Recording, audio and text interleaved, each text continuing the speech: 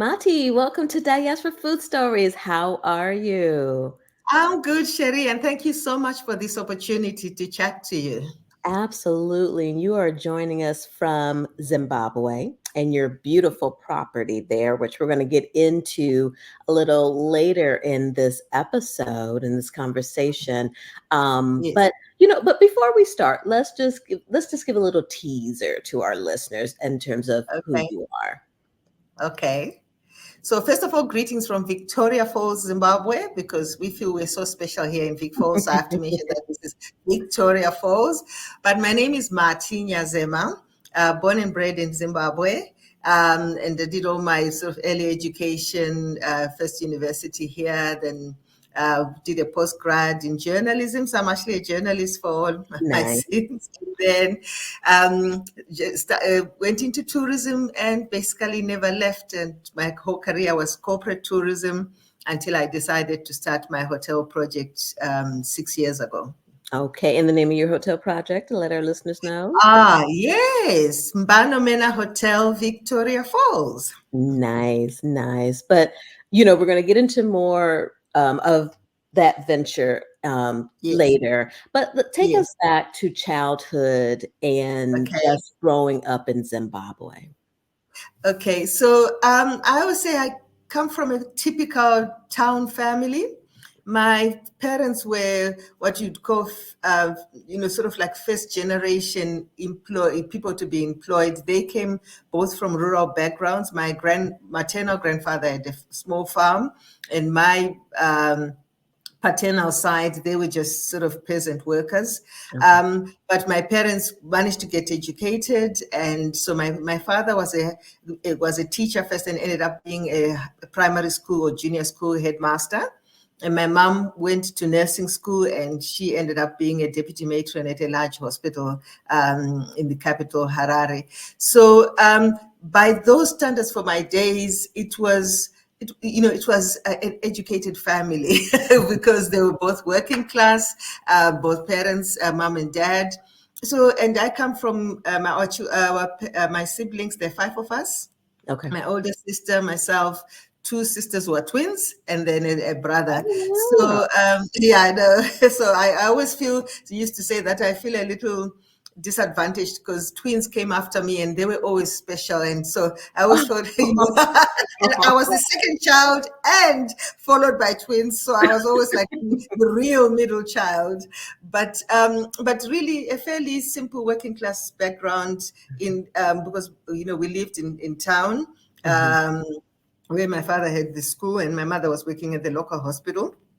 And went to school, actually at my father's school, at one school first, then my father's school. Then for high school, went to a Catholic high school, Okay. a Catholic convent. And for those days, it was always, almost like an aspirational thing to be Okay. taken to a convent school because there was better education. You were at boarding school, so at least the parents felt safe that you were out of mischief. But actually, it was a Catholic, like I said, boarding school, very good education from there. So I did 4 years at the one Catholic school and 2 years at the other Catholic school. I graduated with what we call advanced level, which Okay. is then pre-university. And then I did my first degree at the University of Zimbabwe, which was in political science. And then soon after, like I said, then went to Nairobi and did a postgraduate in journalism. Okay. So then worked, and by that time also was getting married. Okay. And I happened to marry a university lecturer who then became a professor. He's a professor of pharmacology. And we were blessed along the way with four kids, two girls Oh, and two boys. Yes, two yeah. girls and two boys. But in terms of my career, so in terms of education, I did, like I said, my first degree, my postgraduate, and then worked for a while. Then a few years later, went to the UK and did a master's in international hotel management. Okay. And then roll forward a few more years later, I decided this was just more for fun, did a PhD in business administration. And Fun. my That's a research, lot of work for a little fun. I know, loads of work, but looking back, I enjoyed it sort of. And then, yeah, so I did 5, but literally had a full-time job and was also doing my PhD and, graduated with a PhD in business administration. My research topic was on Black economic empowerment in the Oh, hotel nice. industry in South Africa, because at the time I was living in South Africa. Okay. So it's a specialist subject that I've been, the whole issue of Black economic empowerment, affirmative action, Nice. the whole sustainability, and because I tried to link sustainable tourism with an economic empowerment policy to see how they were aligned, etc., etc. So it's a passion of mine up to today. Awesome. Now, But let me ask you, if you don't mind, when you were yeah. growing up, was there a certain career path that maybe your parents were skewing you to, or did you sort of have a free range in terms of what you wanted to do? I think my father wanted me to be a lawyer. Okay. So there was always this thing, I'm going to be a lawyer, I'm going to be a lawyer. But With political unfortunately, science, right? because of political science, but no, in the end, I did political science. And what actually happened with the journalism was more an accident rather than anything else, because this was just soon after independence in Zimbabwe in the 80s. And we were literally being approached at university to say what career, we're looking, because, there was a huge mass exodus of white people from especially government jobs. Okay. So the new government was actually looking for young graduates to come and join, the different departments. Hmm. So we were just like, my friend and I were walking one day and we said, we've been seeing all these notices for jobs. Okay, let's just sign up our names. And I just happened to sign up Ministry of Information, which was, and then they called me about 2-3 weeks later and said, come for an interview. Apparently I impressed them. And next thing they said, oh, we've just received these scholarships from Danida, the Danish government, for students to go and study journalism in Nairobi. And off I went. And Oh, really, it almost shaped my career thereafter, because most of the people I went to university with, they just stayed and went straight into government jobs. And okay. I went and did a postgrad in journalism. So not only did I get exposed to a new country, Kenya, but Hmm. also now I also had an additional qualification in journalism. So, so it was really, I was in the right place at the right time, and yeah, and came back and worked. I actually worked in broadcast journalism, so Okay. doing the national news. So even up to now, I've still got a little. I really love news. If that sounds crazy, I love TV news. So I'll sit there, I'll watch CNN, and then I'll be like, okay, this story, how is BBC, handling it? Okay. Now let's look, especially, of late, obviously, with our dear friend Kamala Harris Yeah. being topical. Oh, you should see me. I'm like, what is CNN said? Okay. Now I want to find out what Sky News is saying. All right. Okay. So to get all the views about what's happening. So, and I think also you Absolutely. find journalism is something that you can use throughout your life. So it has helped me in everything else I've done up to today. I'm sure. Now, what took you to South Africa? Okay. So now let's talk about my work career. So, like I said, started off with journalism, then joined tourism and public relations, and from within Zimbabwe, then eventually joined British Airways. Okay. And that's how I ended up leaving the country. I joined British Airways in the 90s.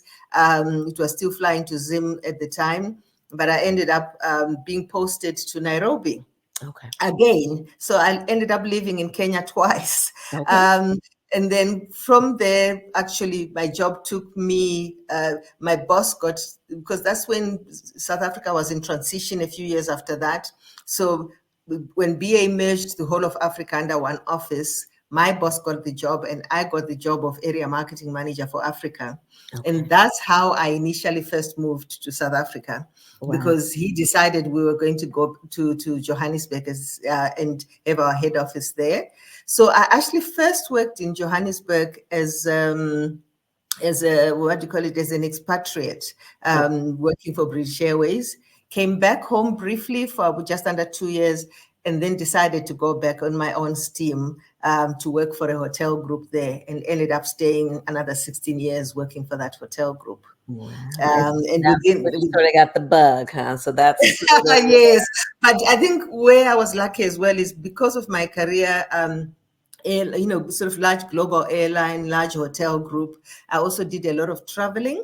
okay. So I'm fortunate that I've been to over 60 countries globally. Beautiful. And and I've done quite a bit. There's just, I always say there's one or two countries I've missed out, but I've been to quite a few countries all over, almost every continent, and also across Africa as well, which is quite rare usually even for us as Africans to travel to many. I've been to, I think, about 22 African countries on business and on leisure. So my career has been quite a rich career in that respect. Yeah.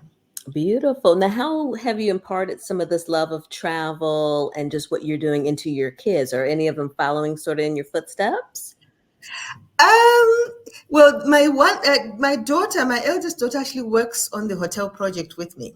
Okay. So she's my right-hand woman, and so she manages behind the scenes. She's the corporate office, and that makes sure everything gets done. So she's very involved in that respect, although her background is business management as well. Okay. But my youngest son, he actually is in banking, but he's been globetrotting all over the world with the bank, and he always says, "Mom, I got the bug from you." So he's always saying, "Mom, here I am. I'm in Abu Dhabi, and here I am. I'm in Amsterdam." Because literally with him, when I say I moved to Nairobi, he was 2 months old. Okay. I literally moved to. I was one of those. I would say this one. The little joke is. Because he was 2 months old and I'm moving to a new country, the passport just said accompanying mother. So, so his status in life was he wasn't even a student, he was nothing. He was just going with mother wherever mother was going, he was going. So he got the bug because already by age 5, 6 he was traveling unaccompanied. If I was busy, I would send him off to one country or one city or whatever. So he's got the bug. He's definitely got the bug. Wow. So I want to pause before we definitely get into the hotel project. Let's talk a little bit about Zimbabwe, and for those who do not know the country very well. Yes. Okay. So Zimbabwe geographically is located in southern Africa. So just north of South Africa. So it is a landlocked country. So you've got South Africa in the south, Mozambique in the east, Botswana in the west, and Zambia in the north. I did that so much at geography, I could almost draw it. And Zimbabwe, we gained our independence in 1980. So we were typical. We went almost exactly through what South Africa went through. But I mean, as you know, that was most applicable to most of the Southern African countries. So we gained our independence in April 1980. And then it's been an independent country through since then. Tourism is one of the main economic producers of the country. We do have obviously mining, agriculture. Not a big, even geographically, not such a big country. I'm not sure how big it is, but when you compare with our neighbors, we tend to be the smallest. No, not the smallest. The smallest are your Swaziland and Lesotho. Those are tiny. But then so I think because of also being landlocked, sometimes it also then affects the economy of the country, because if you're importing something, it has to come by ship to Durban or come by ship to Mozambique. But also just a little bit of the history of the country is, even, we were under political sanctions, I think from 1965 until 1980.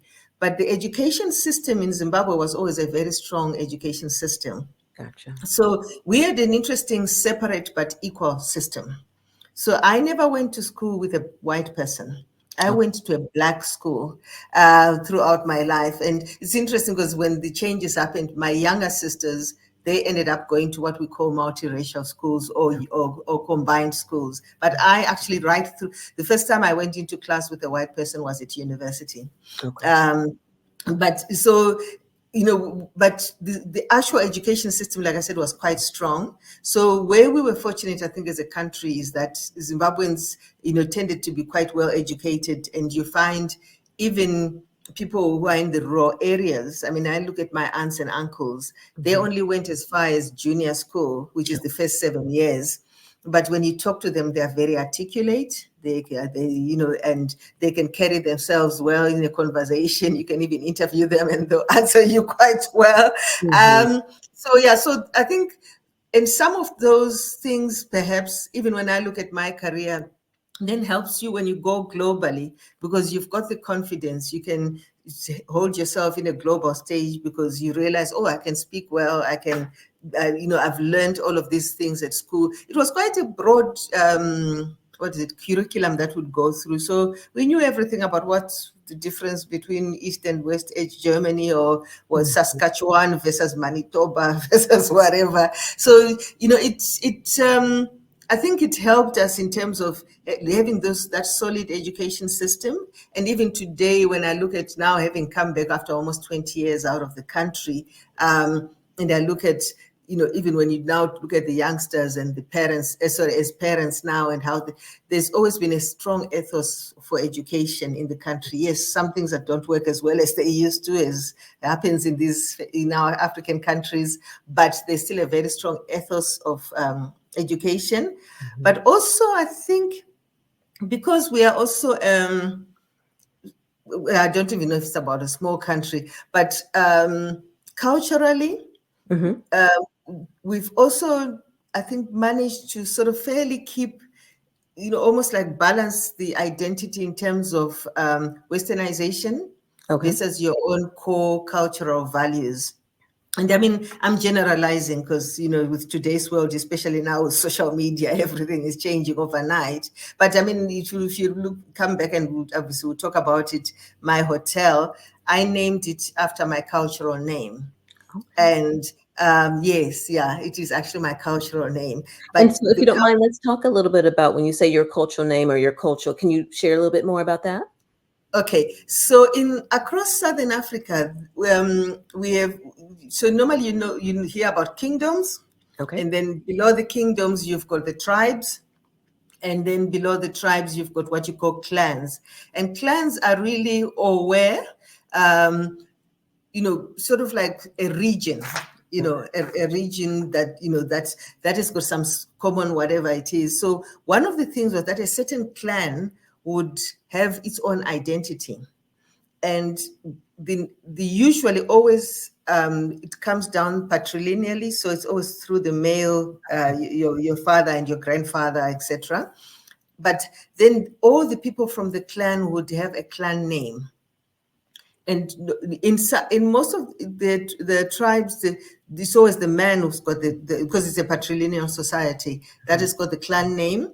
In my tribe and a few others, the women would also have their own separate name.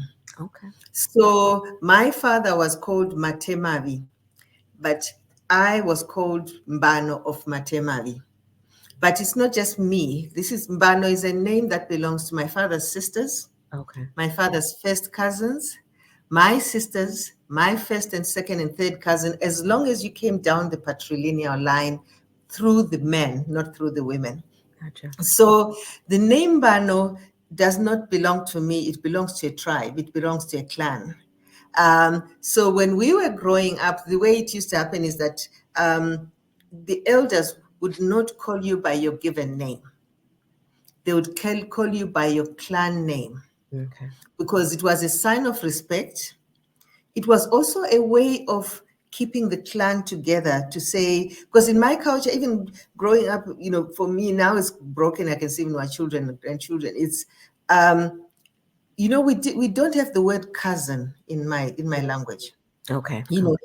Everyone is a sister or a brother or an uncle or an aunt. And the clan was part of that, because my sister cousins are also Mbano.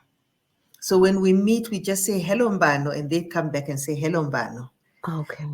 When our mothers are talking to us, I mean, we literally, in some families, it was even to the extent that you were not even allowed to call your mother's sister and say with us, there's a word called small mother. You actually just say mother. Okay. Because you were not supposed to distinguish. Every elder was your mom. Every uncle was your uncle. So that clan identity was very strong in terms of, behavior, respect. So I was lucky because I think we are almost the last generation to have those names used for us. That, I mean, they'll still call us by our modern names because we're in town now. But my aunts always made a point, because it was a source of pride, to Right. say you and I, we may be 40, 60 years difference, but you are my sister. You have the same name that I have. And so if you did something wrong, and then maybe the aunts are told, come and talk to your sister. That's how it would work. So if I were very naughty, let's say, started seeing, lovely boys or whatever, and the family is like, no, they wouldn't call my father or my mother. They would call my aunt. Oh, nice. Yes, yes, yes, because there were certain conversations that I was only supposed to do with the sisters of my clan. Okay. So my aunts would come and say, but Mbano, what's going on? We don't do this in our culture. And sometimes it's not, I mean, it could be just a simple thing like you were rude to someone. We Right. don't do this. We Nice. don't do this. So it was very much a way of building a family and building a society, to say we are one family. We Yeah. don't say this one belongs to a different mother. I always actually joke that when first alone, I mean, with my sisters, that, it was interesting. We'd only find out which relative was which when it was a funeral. And so, because you were just calling them auntie and auntie, but you didn't realize that actually this one was a stepchild, because we don't have the concept of stepchildren in our in our clan. That's just a no. Even today, we still cringe when someone says that's my stepbrother or whatever. It's Right. almost like a brother is a brother, especially if you've got one common parent. So with my mother's generation, they would never show that actually this person, our father was married before and the mother died, and then this person married our mother, and then there's us.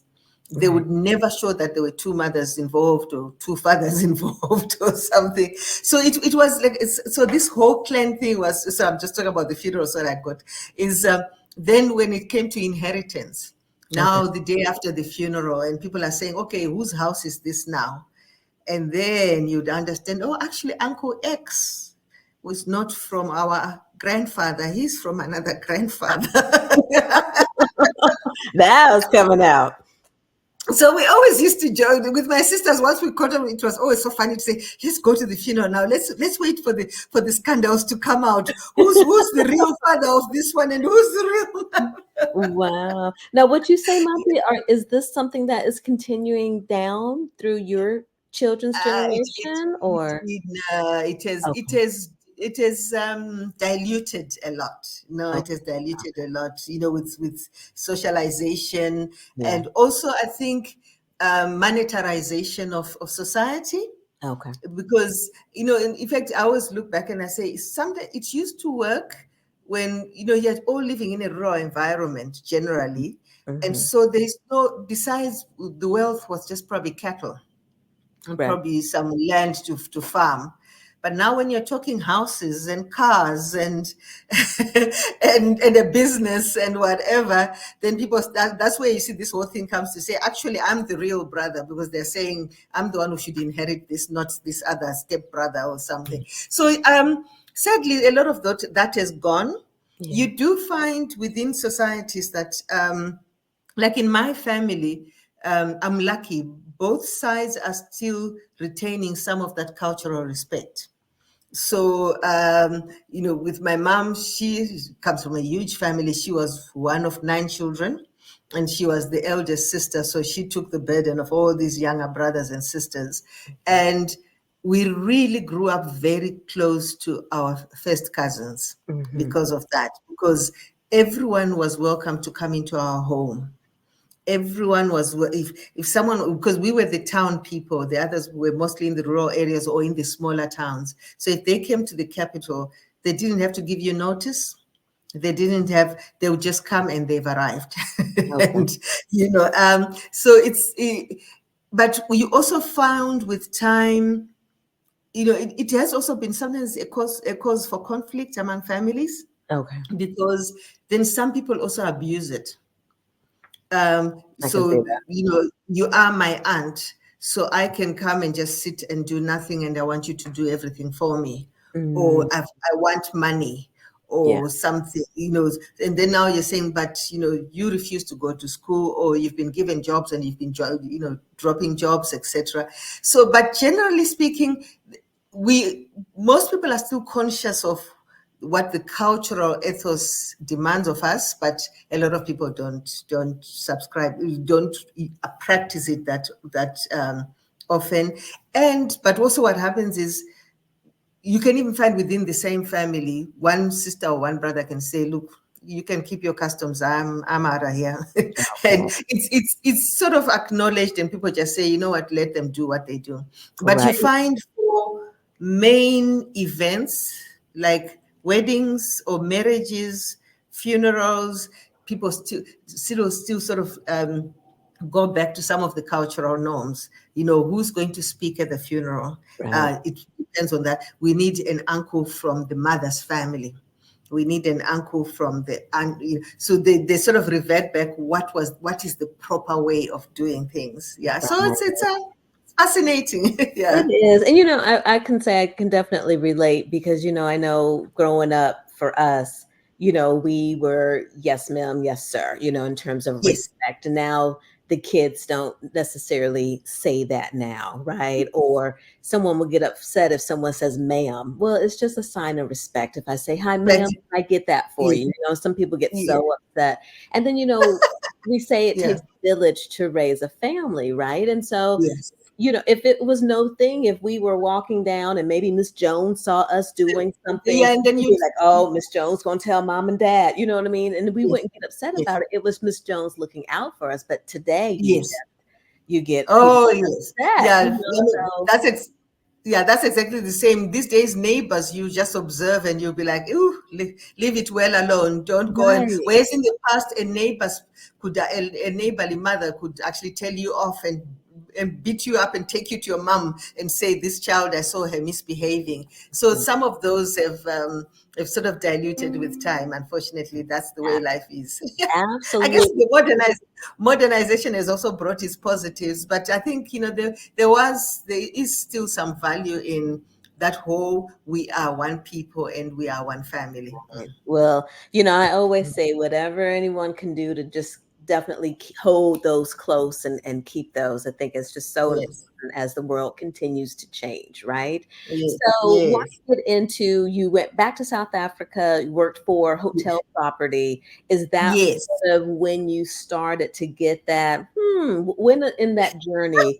did you say, People always ask me, you know man? what? I think it was creeping up on me slowly, but I just never, almost didn't want to acknowledge it. Okay. So rewind a little bit. When I was young, I actually came to Victoria Falls to visit Okay. with my father. It was my father's school, and my father brought me and my older sister along. Now, And how far did you live from oh, Victoria? that's the thing. We lived about 1,000 kilometers away from. So let's say, if you I was trying to think. So it's almost like New Orleans and Atlanta type of thing. Oh, okay. So it was quite a big distance, and especially Mhm. for those days where there's only trains and whatever to get to one place or another. So I lived in the capital, Harare. Victoria Falls is right the other side of town, Okay. of the country rather. So most people that have grown up in Zimbabwe have actually never been to Victoria Falls, Okay. even up to today. It's still a bit of a novelty to travel all the way, but obviously now people try and make an effort. So um, having actually visited this place years ago and going to school, but in school, all of us learned about Victoria Falls, the largest waterfalls in the world, this Mhm. and that. So it was part of your geography. So there was always something special about me, or I felt, because I'd been to the Victoria Falls. I actually remember going there with my father, and I've actually got pictures to prove it. I've got one picture on the website that proves it. So I think there was always some affinity with Victoria Falls.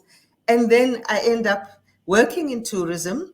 And literally within the first 2 months, it was like your first trip, Victoria Falls. So I've actually been to, for when I was still working in Harare, I mean, I was in Vic Falls maybe 6, 7 times a year to Victoria because, that, especially when I was in public relations, I would come for events, I would take groups of journalists visiting, etc. So I don't even, I traveled a lot to Victoria Falls. And I think with time, there was just this strong affinity. So I've always loved the place. And I even remember the one time when I was working in South Africa, and I think I just had a tough year. And I literally just flew on my own. I've always known people in the industry, and I said, I'm coming to your hotel. Can I come and stay for a few days? And I came just on my own and just chilled and was walking to the falls every day. And even I think that's the first time I said, I could own a property here. Because I even remember looking up and saying, what's happening? But this was quite a long time. This was about, I think, 2005 or thereabouts.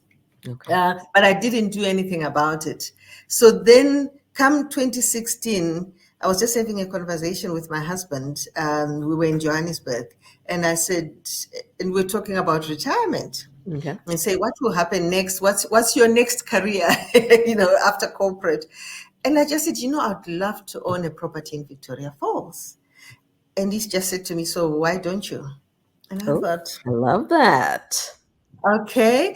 And, and I think honestly, then when I look back, almost like the universe all came in line because I'm like, yes, the youngest, this globetrotter is grown up now, or at least he's post-uni, he's working. So I don't have the risk to say what happens to my children or my children's education if something happens to me. I've had a good career. And in fact, the career that those 15, 16 years with the hotel group, they were opening hotels across Africa. And I was part of the conversation. Okay. So I actually witnessed them opening almost like 10 hotels from Mozambique to Tanzania. We went into Nigeria. We went into Rwanda even. We went into Seychelles, Middle East. I was involved more on the marketing side, but even later when I was now working at the convention center, because of my seniority, I was involved in conversations once a month at Exco on which properties are we going to, what are the challenges that we're facing when these guys were reporting. So I would say I ended up getting 15 years free education on how to how to source a hotel, how to build a hotel, how to I know that's right. I like yeah. that. But also I think because, and that's why I always say the things all come together because I've always had this strong academic side to me as well. So I would also go out of my way to actually analyze why is something working that is not working there, etc. So when it came to 2016, I knew exactly what to do. So I thought, okay, so first thing, let's go do a feasibility study and find out what's happening in Victoria Falls. I phoned a few friends in Harare and I got a list of names to say, go see these 5 people, they'll tell you what's happening. And I flew in and I was supposed to stay for 3 days. And by end of day 2, I was like, there's something exciting happening in Vic Falls and it really, I actually got this feedback more from taxi drivers and casual people that I was talking to because I was telling them, I've just come to find out what's going on and whether I could invest. But I had more of a smaller idea in mind. And the guys were saying to me, if you've got the funds, there's land available to actually build a hotel because the city has now allocated new areas for development. And honestly, I would never have known if I hadn't been in those taxis. But when you're still using these taxis and after 3, 4 similar conversations, you sort of say to yourself, Wow. something is going on here that seems to be exciting. So I actually remember the person I met on day 3. By the time I met him, he was one of the sort of not investors, he owns a business here. So I actually said to him, I believe there's land available. And he says, yeah, I know somebody who's selling. Do you want me to introduce you to him? And I said, yeah. And he just phoned this person. And seriously, I do not joke, less than an hour later, I'm now at what is now Mbano Manor Hotel. We just, because Victoria Falls is very small, hey, that's the other thing. Everything is 10, 15 minutes away from each other. So we were at this hotel. We drove into town. I was introduced to this person. He says, yes, I'm selling. Here the paper. And fortunately, he was a very organized man. He says, yeah, my papers from this year and from this year. Let's now. So then this other person left and he says, okay, get in my car. Let's go and show you where it is. And he even wasn't too sure. It's like, it's somewhere around this bend. Because all the pegs for the divisions, the Zambezi land is very, what do you call it, porous. Okay. So the big stones start sinking. So okay. It was like, I just know it's somewhere here. This tree is in my property. So we got there, and it was just forest, total forest. There was no development in that area. There was just one path, but still in literally next to town, because it was just town ends here, and then this is the new development. Wow. So I just fell in love with it. But what happened is that I could see what I could do with it because of my experience. I'd been to places where, okay, this place is not near the river. Well, it is near it's only 10 minutes, but by Vic Falls standards, because everything is next door. So when you drive 10 minutes, they think you've driven very far. I'm like, we wait until you see Vic Falls in 10 years' time. Or when you've been to cities where you drive an hour to get to some place. I know, right? Yeah. So I could see the potential. And for me, what attracted me most was the trees, because it was just this big forest. It was fairly dry, because by then I think it was May, but because the rains stop around March. Okay. But you could just see these huge teak trees everywhere.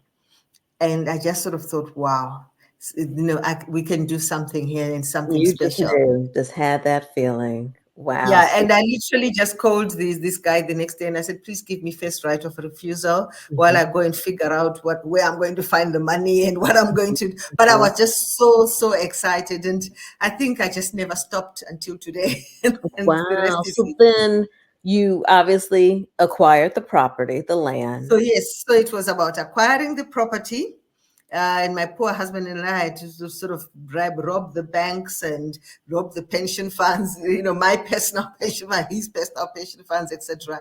So we raised, very briefly, I'm going to stop right there, because we do know that a lot of entrepreneurs they believe in their dreams and what they're doing so much that they do, whatever they had set aside for retirement or this and that, it's a risk, right? But you have to know that in order to do that. And also, and I think also, talking, you bring up another point, which could be a whole big conversation.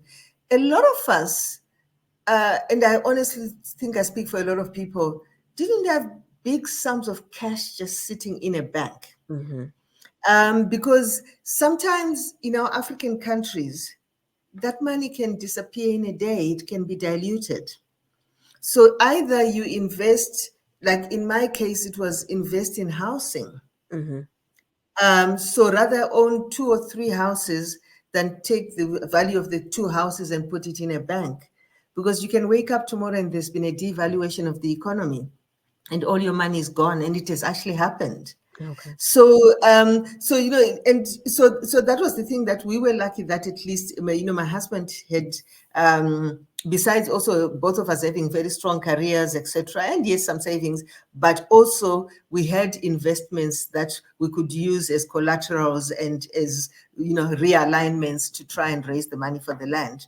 And that's how we could hiding the money under the mattress like so many people do here in no, it doesn't work in Zimbabwe, and I don't think it works in a number of countries, to be honest. You take that money out when maybe 2 years ago it bought 10 loaves of bread, and then this time it won't buy half a loaf of bread. So you learn how to actually save your money, but save it in safe cushions that then you can sort of take back from. So 2016 was about raising the money, okay, and actually buying off the land. And then 2017, was now about fundraising, and those are some of the struggles that we're talking about. Because I think with raising the money, even though we had to make some really tough calls, but it's our calls, it's our assets, etc., etc. But now, when you're going to someone and saying, "Okay, I need," but also having worked, like I said, for a hotel group, I knew that I needed to own the land. That was very important, because sometimes people also do that you find somebody who wants to sell, then you say, okay, here's $5,000, but let me now go and find someone to help me to buy your land. Right. And I knew that, no, you don't do that. You struggle and buy your land by yourself without any encumbrance. And I think that was probably one of the biggest decisions we made that helped us with this journey. Absolutely. So we had the land. Now it was about finding someone who's going to help us raise $7 million to build the hotel. And yeah, now that was the fun and games, because what actually happened is that because I'd been outside the country for almost 20 years, give or take, I had more business connections outside the country than inside my own country. But now I'm trying to build in my own country. So I'm a local, but I'm almost a foreigner in my own country. You know, and I remember one time joking to say, I don't know where are all my cousins and my... I was just say, I've got 56 cousins, 56 first cousins, but I can't find a single one who can introduce me to a banker or something like that. Because remember also there'd been quite a mass exodus, well, not mass, but a large exodus of Zimbabwe professionals leaving the country. So part of my generation and people I knew were no longer in the country. So it was very tough. So, but you see, initially I was quite naive and thought, I've had a sterling career in South Africa because of my seniority. I was hobnobbing with, you know, the guys who've got the money and the institutional monies and all that. And so I started with that, trying to raise the money in South Africa. Okay. And yeah, I think by month 5, I realized, yeah, this is not working. By month 6, it was like, okay, you know, come back to Zimbabwe. And yeah, because what actually happened is, I mean, almost everyone would say, Mati, we know you. We've seen you working. We trust you. If you did the same project in Cape Town, would fund it. Or in Johannesburg. But they were just very wary about taking their money outside to another country and the risks of investing in another country where they're not sure about whether they'll get their investments back. And, you know, once you start hearing that story 4 or 5 times, because I did fly, I went to Durban, I went to Cape Town, I went back to Joburg, I went to Harare. I literally was, each time somebody said, come, I would run. But after a while, then you also realize, okay, no, it's not working. And then, so I almost had like, and I've always been like that, like 10 threads running at the same time. And I remember my husband, you know, like I said, he's a professor. He'd be like, okay, so let's go down the list. Who are you talking to at the moment? I love that. And would say, this one is warm, this one is lukewarm, this one is promising. And the other joke, which I've never actually shared with people, is one of the things my husband and I share is, I don't know, it's just been, you know, people have got this little thing is in their relationship. Ours is about labeling people. Sounds terrible. But because it's like you're meeting with so many people. So I'm trying to say, remember the one I said who is this and that. And remember so in the end, it's better to say the gypsy, or the, you know, Mr. Darkroom, or Mr. you know, so somebody says something in my conversation with him, and I tell my husband the story, then we label him using the story. So we ended up with this list of labels. I'll be like, okay, Mr. Darkroom said, you know, he was looking promising, but I don't think he's got the resources and the connections. And Mr. Hippie, yeah, he talks a lot, but I don't think anything is coming out. I know. Sometimes you have to sort of, how do you remember this person in that conversation? Yes. But also, I think, you know, in a journey like mine, a strong sense of humor was absolutely essential, because I'm sure. believe you me, there were some times even you laugh at yourself. Number one, you say, did I really do that? I mean, as an aside, even going to these meetings, I chose how I dressed depending Okay. on who I'm going to. Hmm. Because you're sort of saying, is this a traditional person? Hmm. Is this a, and also even the title issue. So if I'm going to a banker or whatever, then I'm like, I'm Dr. Nyazema, talk to me, da, da, da, da, da.